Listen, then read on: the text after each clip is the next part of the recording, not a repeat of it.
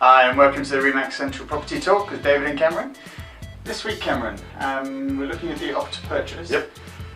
Obviously, if I fill in an offer to purchase, there's a date on there which the offer is valid for. Can you tell me a little bit more about that? Very good question. And what will happen very often is that you need to have a date in terms of how long your offer is valid for, because it protects both yourself as the buyer and also protects the seller to a degree. I think one of the things that a lot of buyers don't necessarily understand is that when they make an offer and they sign that contract, they themselves are signing a contract already. So even though the seller hasn't necessarily agreed to the pricing or hasn't even seen the offer, the thinking is that the buyer has already contracted themselves to that offer for a period of time. So most offers to purchase, most agencies, they will have they'll call it an irrevocability or an offer to purchase where the offer is valid for a period of time. Most agents will make that period of time 2 or 3 days, or depending on where the seller is, they might make it a little bit longer. Now, very easy to notice whether or not your agent is working on a sole mandate. On a sole mandate, they'll often take that offer and they'll make it valid for a period of 7 days. If they're working on an open mandate property, you'll find very often they'll make that offer only open for a period of maybe a couple of hours or a day or something along those lines.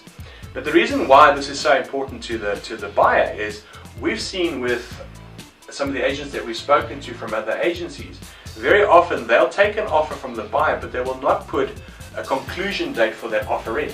So effectively that buyer is contracting themselves forever. So they can't then go and buy another house a week later or even a month later. If they don't put an end date in, they're contractually obliged then to stick with that offer until there is some form of conclusion from the seller. Okay. If, as the seller, I then look at the offer and then decide, well, actually, I'm going to counter offer and maybe raise the price an extra 100,000, does that mean that still stays within that irrevocability date, or should that be then amended as well? Well, you're 100% right. That is a counter offer, and in fact, once a counter offer is made, the agent should look at it from the point of view of can they get back to the purchaser within the irrevocability time.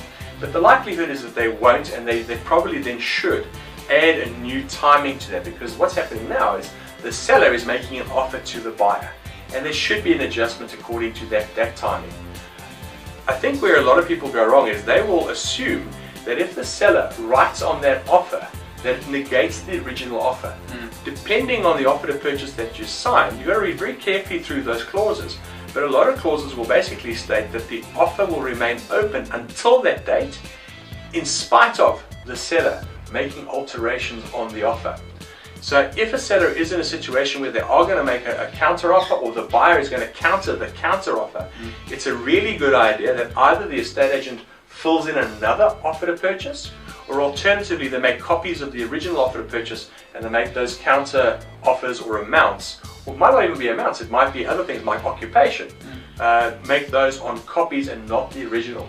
The original is basically sacrosanct and should be left to run until such time as it's either been agreed to and signed by the seller or the buyer, if it's a counter offer, or in the case of a separate offer, until that one has come to some form of fruition.